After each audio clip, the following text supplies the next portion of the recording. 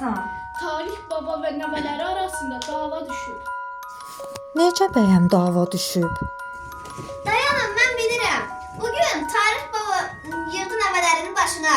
Nəvələr yaman səs-küy saldı, elə hey harayladı.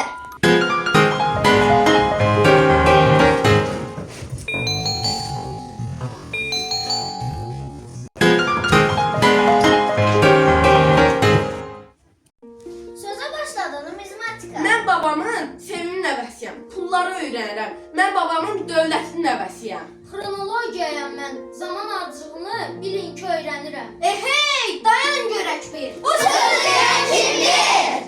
Mənəm, Heraldikayam. Mühür emblemləri öyrənir mənim adım. Sevimli nəvəsiyəm, mən bu tarix babamın. Yox, aşibi dayanın. Səsimi çıxarmıram. Elə bilirsiniz yoxam. Arxeologiyadır adım. Torpağın dərinindən tarix çıxardıram mən. Deməli ən sevimli nəvə də elə mənəm.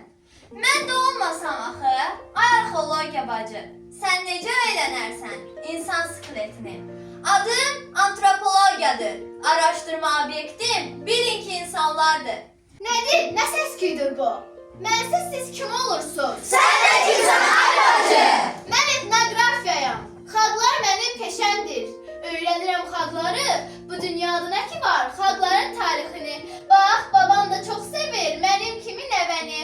Tarix baba dinlədi bir-bir nəvələrini, sonra gülümsəyərək dedi məsləhətlərini. Ey mənim nəvələrim, sizlərin hər birini mən yaman çox sevirəm. Hamınız əzizsiniz. Heç mən sizi seçərəm. Baxın, əldə 5 barmaq.